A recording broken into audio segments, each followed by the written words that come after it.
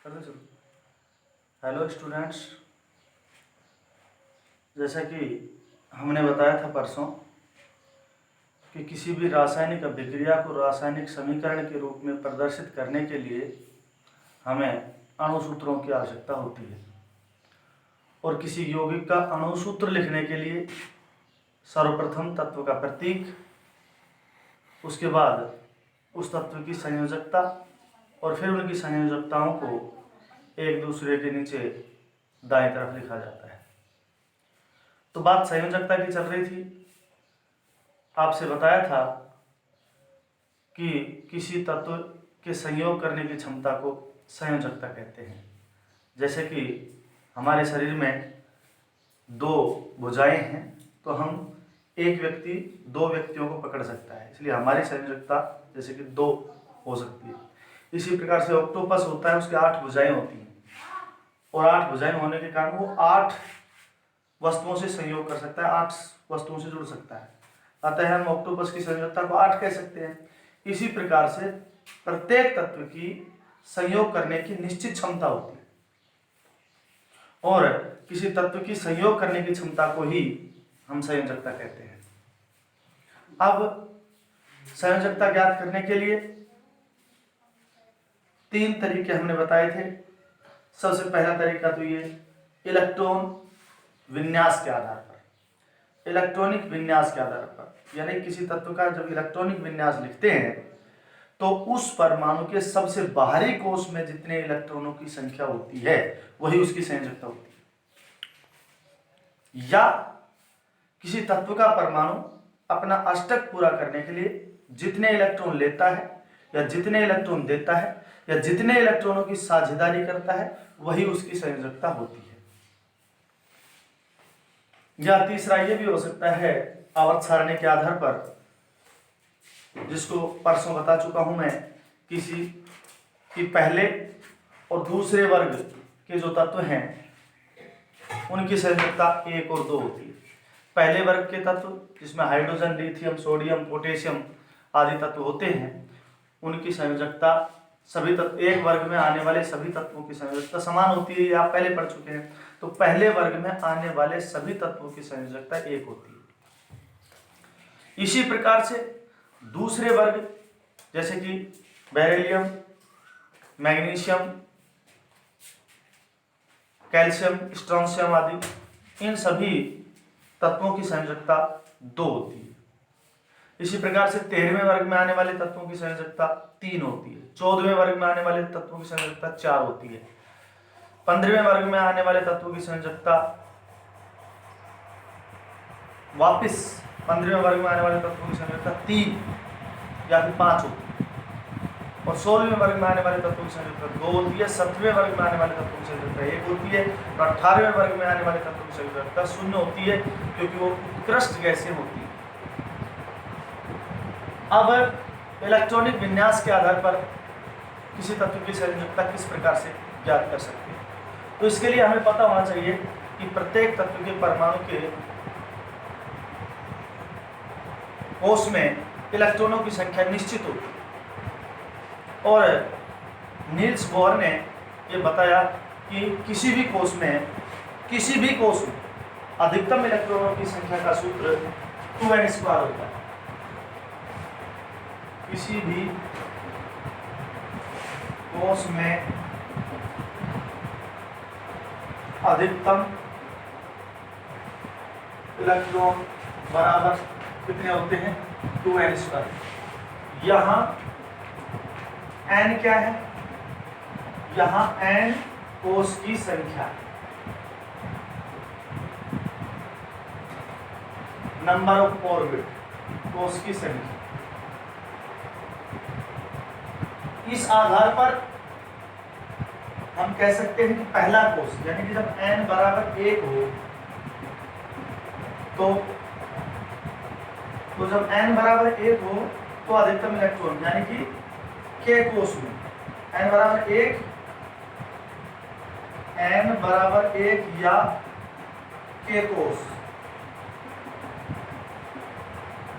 में अधिकतम इलेक्ट्रॉन अधिकतम इलेक्ट्रॉन की संख्या क्या होगी, 2 गुणा में 1 स्क्वायर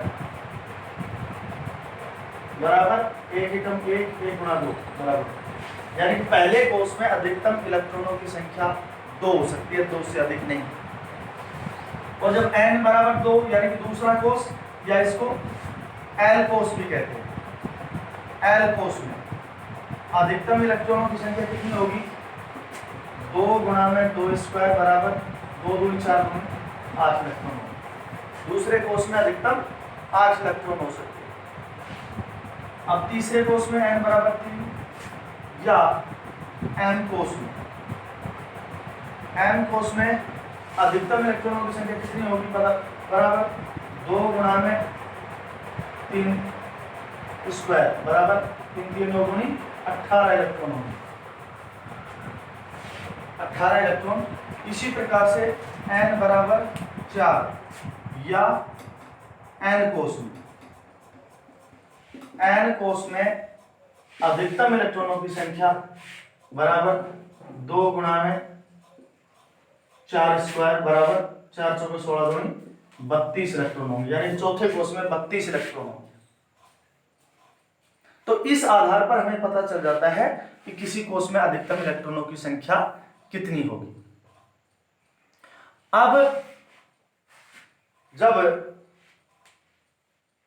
जब किसी कोष में अधिकतम इलेक्ट्रॉनों की संख्या का पता चल जाता है, तो इस आधार पर हम तत्व का इलेक्ट्रॉनिक विन्यास लिख सकते हैं।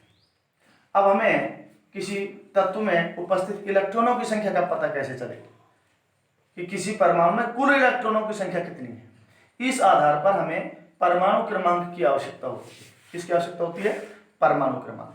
और परमाणु क्रमांक किसे कहते हैं, परमाणु क्रमांक कहते हैं कि किसी परमाणु के नाभिक में उपस्थित प्रोटॉनों की संख्या को परमाणु क्रमांक कहते हैं।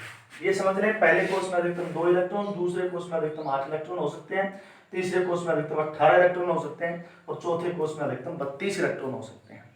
अब परमाणु क्रमांक, परमाणु क्रमांक किसे कहते हैं, किसी परमाणु के नाभिक में उपस्थित प्रोटॉनों की संख्या को ही परमाणु क्रमांक कहते हैं। और 10वीं वाले बच्चे इस बात को समझ चुके हैं कि आधुनिक आवर्त सारणी का आधार परमाणु क्रमांक ही है, यानी कि तत्वों को परमाणु क्रमांक के आरोही क्रम में व्यवस्थित किया गया है। तो मैं इस सारणी में तत्व होगा परमाणु क्रमांक, फिर एक याद रखने का प्रतीक, वो याद रखने का प्रतीक कैसा है, उससे हमें तत्व का परमाणु क्रमांक भी पता चलता है और तत्व के प्रतीकों का भी पता चलता है। फिर तत्वों का नाम, और नाम लिखने के बाद में किसी कोष में उपस्थित इलेक्ट्रॉनों की संख्या, और फिर उसकी संयोजकता, यह मैं इस सारणी में बताऊंगा। तो सबसे पहले परमाणु क्रमांक। परमाणु क्रमांक में बताइए दिया किसी परमाणु के, तो बात चल रही थी परमाणु क्रमांक। परमाणु क्रमांक का मतलब होता है कि किसी परमाणु के नाभिक में उपस्थित प्रोटॉनों की संख्या को ही परमाणु क्रमांक कहते हैं। और परमाणु क्रमांक हमें कैसे पता चलेगा, तो ये मैं बता रहा हूं याद रखने का प्रतीक। और याद रखने के जो प्रतीक है वो है ही,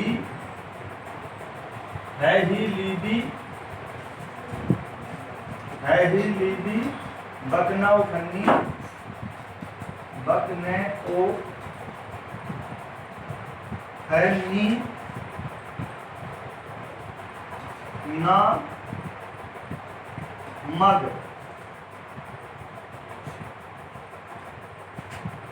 ही लीबी, बकनाओ खन्नी, नामक 12 तक हो गए। अब इनका परमाणु क्रमांक है का परमाणु क्रमांक 1 ही, परमाणु क्रमांक 2 ली, परमाणु क्रमांक 3 4 5 6 10 11 और ये 12।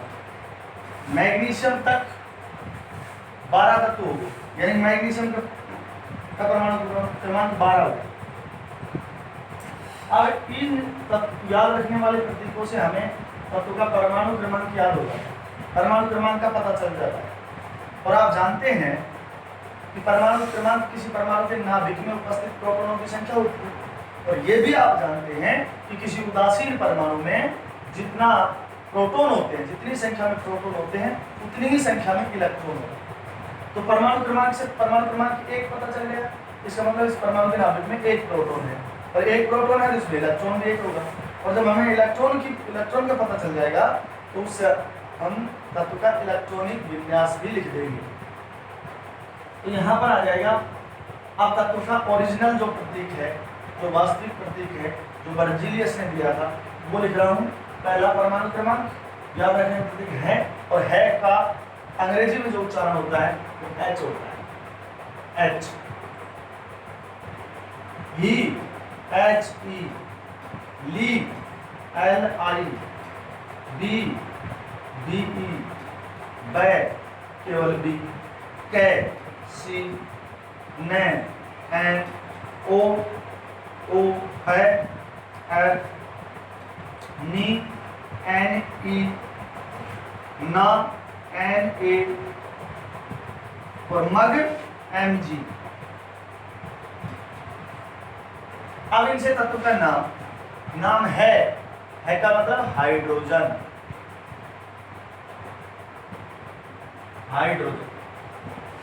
और हाइड्रोजन अंग्रेजी में HYDROGE। और बर्जीलियस ने क्या बताया था कि किसी तत्व के अंग्रेजी नाम का प्रथम अक्षर ही उस तत्व का प्रतीक होता है। तो हाइड्रोजन H प्रतीक। अब इसका परमाणु क्रमांक 1 है, और परमाणु क्रमांक 1 है तो परमाणु के नाभिक में प्रोटॉन की संख्या 1 होगी, और जब प्रोटॉन की संख्या 1 होगी तो उसमें इलेक्ट्रॉन की संख्या भी 1 होगी। इसलिए K कोष में, और वो 1 इलेक्ट्रॉन किसमें आ जाएगा? पहले कोष में। पहले कोष में 1 इलेक्ट्रॉन। अब हाइड्रोजन का जो परमाणु, ये नाभिक है, और इस नाभिक में 1 प्रोटॉन होता है जो धनावेशित होता है, और पहले कोष यानी K कोष में 1 इलेक्ट्रॉन इसके चारों चक्कर लगा। अब पहले कोष में हाइड्रोजन के में 1 इलेक्ट्रॉन है, और इसको अपना स्थायी इलेक्ट्रॉन विन्यास प्राप्त करने के लिए 1 इलेक्ट्रॉन की और जरूरत है, क्योंकि पहले कोष में अधिकतम 2 इलेक्ट्रॉन होने चाहिए। 2 इलेक्ट्रॉन हो जाएंगे तो वो स्थायी बन जाएगा, वो तत्व स्थायी हो जाएगा। तो 1 इलेक्ट्रॉन की और जरूरत है। अभी किसी से 1 इलेक्ट्रॉन ले नहीं सकता, क्योंकि अपना 1 इलेक्ट्रॉन दे नहीं सकता। तो अक्सर जो हाइड्रोजन का परमाणु है वो सहसंयोजक बंध बनाता है, यानी कि इलेक्ट्रॉनों की साझेदारी करता है। 1 इलेक्ट्रॉन इसका और 1 इलेक्ट्रॉन किसी अन्य तत्व का आपस में साझेदारी कर लेते हैं, और ये सहसंयोजक बंध बनाता है। इसलिए हाइड्रोजन की जो संयोजकता होगी वो 1 होगी। 1 मैंने बताया कि किसी तत्व के परमाणु के सबसे बाहरी कोष में जितने इलेक्ट्रॉनों की संख्या होती है वही उसकी संयोजकता होती है। या दूसरी बात मैंने क्या बताई कि किसी भी तत्व का परमाणु अपना अष्टक पूरा करने के लिए जितने इलेक्ट्रॉन देता है, या जितने इलेक्ट्रॉन लेता है, या जितने इलेक्ट्रॉनों की साझेदारी करता है, वो इलेक्ट्रॉनों की संख्या उसकी संयोजकता होती है। या तीसरा मैंने आवर्त सारणी के आधार पर बता ही दिया कि वे पहले वर्ग में आने वाले तत्वों की संयोजकता 1, दूसरे वर्ग में आने वाले तत्वों की संयोजकता 2, 13वें में 3, 14वें में 4, 15वें में 3, फिर 16वें में 2, 17वें में 1 और फिर 18वें में 0। और जो डी ब्लॉक के तत्व हैं, वर्ग संख्या 3 से वर्ग संख्या 12 तक के तत्वों की संयोजकता परिवर्तनशील होती है। आगे बताएंगे। अब आता है नंबर 2, ही का मतलब हीलियम। Helium HELEUM। और हीलियम परमाणु क्रमांक 2 है, और जब परमाणु क्रमांक 2 है तो इसके नाभिक में प्रोटॉन की संख्या 2 है, और जब प्रोटॉन की संख्या 2 है तो इसमें इलेक्ट्रॉन भी 2 होंगे। और आपको पता है कि पहले कोष यानी कि K कोष में अधिकतम 2 ही इलेक्ट्रॉन हो सकते हैं, और इसके पास 2 इलेक्ट्रॉन हैं, इसलिए ना तो इसको इलेक्ट्रॉन लेने की जरूरत है, ना इसको इलेक्ट्रॉन देने की जरूरत है, यानी कि ये स्थायी अवस्था में रहता है, अर्थात ये उत्कृष्ट गैस है, और इसलिए इसकी संयोजकता 0 है। अब नंबर 3, ली। और ली का मतलब होता है लिथियम। और लिथियम को कैसे लिखेंगे? लिथियम अंग्रेजी में लिखेंगे तो LiThium, लिथियम। लिथियम में पहले कोष में अधिकतम 2 इलेक्ट्रॉन होते ही हैं। अब इसके पास एक इलेक्ट्रॉन 3 नंबर पर परमाणु क्रमांक 3 है, तो प्रोटॉन की संख्या भी 3 है और उदासीन परमाणु में इलेक्ट्रॉन की संख्या भी समान होगी, तो इलेक्ट्रॉन की संख्या भी 3 होगी। 3 इलेक्ट्रॉनों में से 2 इलेक्ट्रॉन तो पहले कोष में आ जाएंगे, के कोष में। एक इलेक्ट्रॉन और बच गया, तो वो एक इलेक्ट्रॉन दूसरे कोष में चला जाएगा, यानी कि एल कोष में चला जाएगा, एल कोष में। ये रहा, तो इसका मतलब के कोष में 2 इलेक्ट्रॉन और एल कोष में 1 इलेक्ट्रॉन। अब इसके सबसे बाहरी कोष में 1 इलेक्ट्रॉन है, सबसे बाहरी कोष में 1 इलेक्ट्रॉन है, और ये इसकी स्थायी अवस्था नहीं है। अतः लिथियम परमाणु, लिथियम तत्व अपनी स्थायी अवस्था प्राप्त करने के लिए अपने सबसे बाहरी कोष का जो 1 इलेक्ट्रॉन है इसको त्याग देगा, और जैसे ही ये 1 इलेक्ट्रॉन को त्यागेगा तो इसका सबसे बाहरी कोष के बन जाएगा और के कोष में 2 इलेक्ट्रॉन रहेंगे। और ये 1 इलेक्ट्रॉन त्यागते ही, क्योंकि प्रोटॉन 3, इलेक्ट्रॉन भी 3 है, लेकिन 1 इलेक्ट्रॉन त्यागते ही इलेक्ट्रॉन रह गए, तो ज्यादा किसके वजह से? प्रोटॉन ज्यादा है, तो ये धनावेश हो जाएगा +1, और लिथियम की जो संयोजकता होती है वो +1 होगी। अब आ गया जो लिथियम के बाद बेरिलियम। बेरिलियम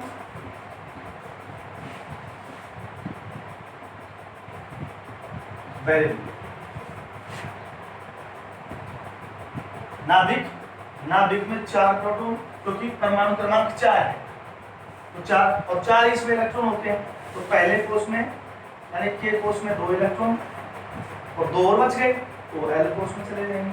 ये एल कोष में 2 इलेक्ट्रॉन, ये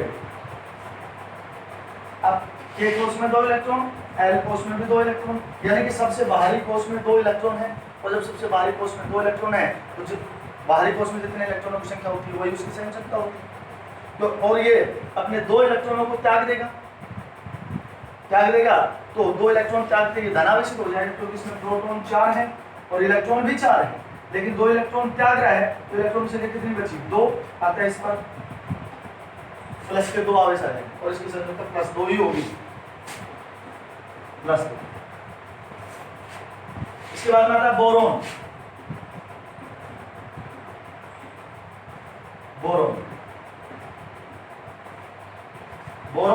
और बोरोन कितने नंबर? परमाणु क्रमांक 5 है, और जब परमाणु क्रमांक 5 है तो इसके नाभिक में प्रोटॉन की संख्या 5 होगी, और जब नाभिक में प्रोटॉन की संख्या 5 है तो इसके पहले कोष में 2 इलेक्ट्रॉन और दूसरे कोष में अधिकतम 3 इलेक्ट्रॉन होंगे, यानी कि सबसे बाहरी कोष में 3 इलेक्ट्रॉन। और जब सबसे बाहरी कोष में 3 इलेक्ट्रॉन है तो इसको अष्टक पूरा करने के लिए, क्योंकि दूसरे कोष में 8 इलेक्ट्रॉन होने चाहिए और दूसरे कोष में है कितने इसके पास? 3। अब 8 करने के लिए इसको 5 इलेक्ट्रॉन चाहिए, 5 ग्रहण नहीं कर सकता, तो उससे आसान क्या है कि अपने ये 3 इलेक्ट्रॉन त्याग सकता है। यानी किसी भी तत्व का परमाणु अपनी स्थायी अवस्था प्राप्त करने के लिए, यानी कि अपना अष्टक पूरा करने के लिए, या तो इलेक्ट्रॉन को त्याग सकता है या इलेक्ट्रॉनों को ग्रहण कर सकता है या साझेदारी कर सकता है। जो आसान हो, जो विकल्प आसान हो उसको अपनाता है। तो यहाँ पर ये विकल्प आसान है कि अपने 3 इलेक्ट्रॉनों को त्याग दे, 5 इलेक्ट्रॉन ग्रहण करने की बजाय। और जब ये 3 इलेक्ट्रॉन त्यागता है तब इसकी संयोजकता +3 +2। इसके बाद में आता है 6 नंबर पर परमाणु क्रमांक 6, कार्बन। और कार्बन का परमाणु क्रमांक 6 है, अर्थात प्रोटॉन की संख्या 6 है, और जब प्रोटॉन की संख्या 6 है तो इलेक्ट्रॉन की संख्या भी 6 ही होगी, और इलेक्ट्रॉन की संख्या 6 है तो ये किस प्रकार से व्यवस्थित होंगे? यानी कि पहले कोष में 2 इलेक्ट्रॉन और दूसरे कोष में 4 इलेक्ट्रॉन होंगे। तो पहले कोष में 2 इलेक्ट्रॉन हैं और दूसरे कोष में 1, 2, 3 और ये चौथा है। अब कार्बन परमाणु के बाहरी कोष में 4 इलेक्ट्रॉन, और ये परमाणु यानी कार्बन का परमाणु अपना अष्टक पूरा करने के लिए या तो 4 इलेक्ट्रॉन ले सकता है या फिर 4 इलेक्ट्रॉनों को, अपने बाहरी कोष के 4 इलेक्ट्रॉनों को त्याग सकता है। लेकिन ये दोनों ही कार्य नहीं कर सकता। कैसे नहीं कर सकता? ध्यान दीजिए कि जो कार्बन का परमाणु है, कार्बन, इसके बाहरी कोश में 4 इलेक्ट्रॉन, यदि ये अपने 4 इलेक्ट्रॉन दे दे तो इसके बाहरी कोश में 2 इलेक्ट्रॉन बच जाएंगे। 4 इलेक्ट्रॉन दे दे तो इसके नाभिक में प्रोटॉन की संख्या होती है 6, जो धनावेशी होते हैं। अब प्रोटॉन की संख्या 6 है और इलेक्ट्रॉन केवल बच गए 2, इलेक्ट्रॉन केवल 2 बच गए। तो ये 6 प्रोटॉन इन 2 इलेक्ट्रॉनों को अपनी ओर खींच सकते हैं, ज्यादा आकर्षण बल से। इसलिए 4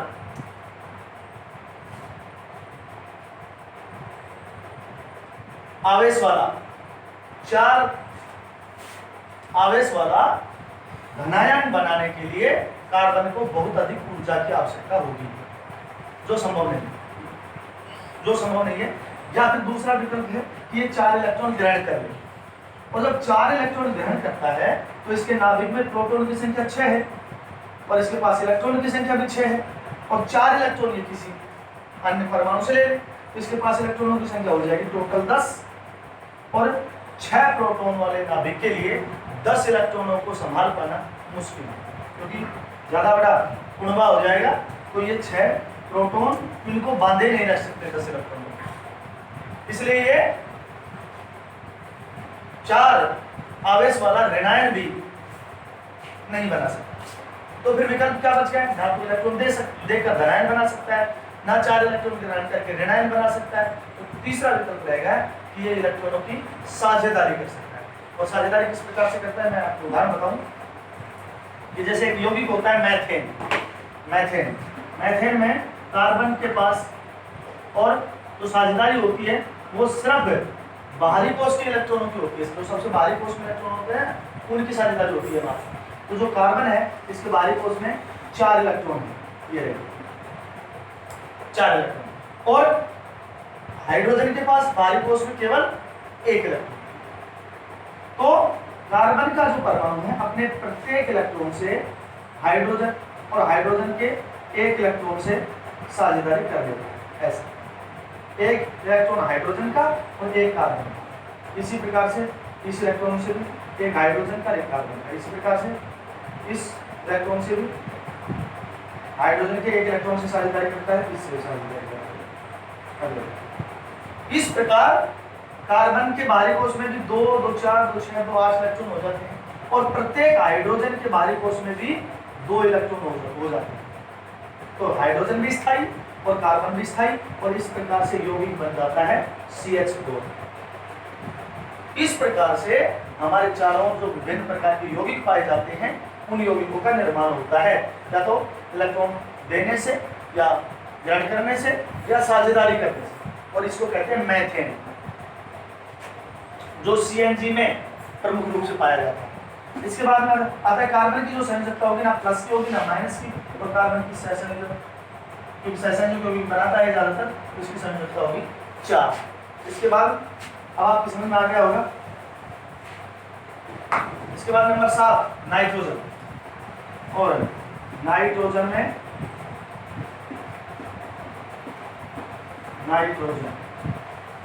पहले कोश में 2, क्योंकि 7 नंबर पर है तो प्रोटॉन 7, इलेक्ट्रॉन भी 7, तो पहले कोश में 2 इलेक्ट्रॉन, दूसरे में 5।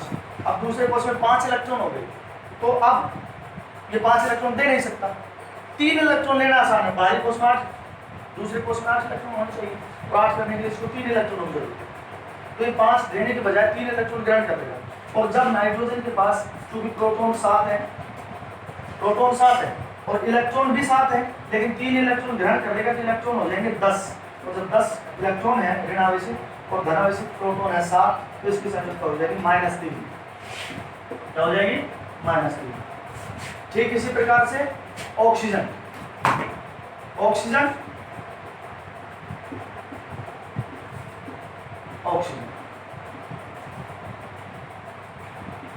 अब ऑक्सीजन में पहले कोश में 2 इलेक्ट्रॉन, दूसरे में 6, और 6 है तो 8 करने के लिए इसको 2 इलेक्ट्रॉनों की जरूरत है, और 2 ऋणावेशित इलेक्ट्रॉन ग्रहण कर रहा है तो ऋण बढ़े, इसलिए इसकी संख्या होगी -2। इसी प्रकार से फ्लोरीन FLUORINE,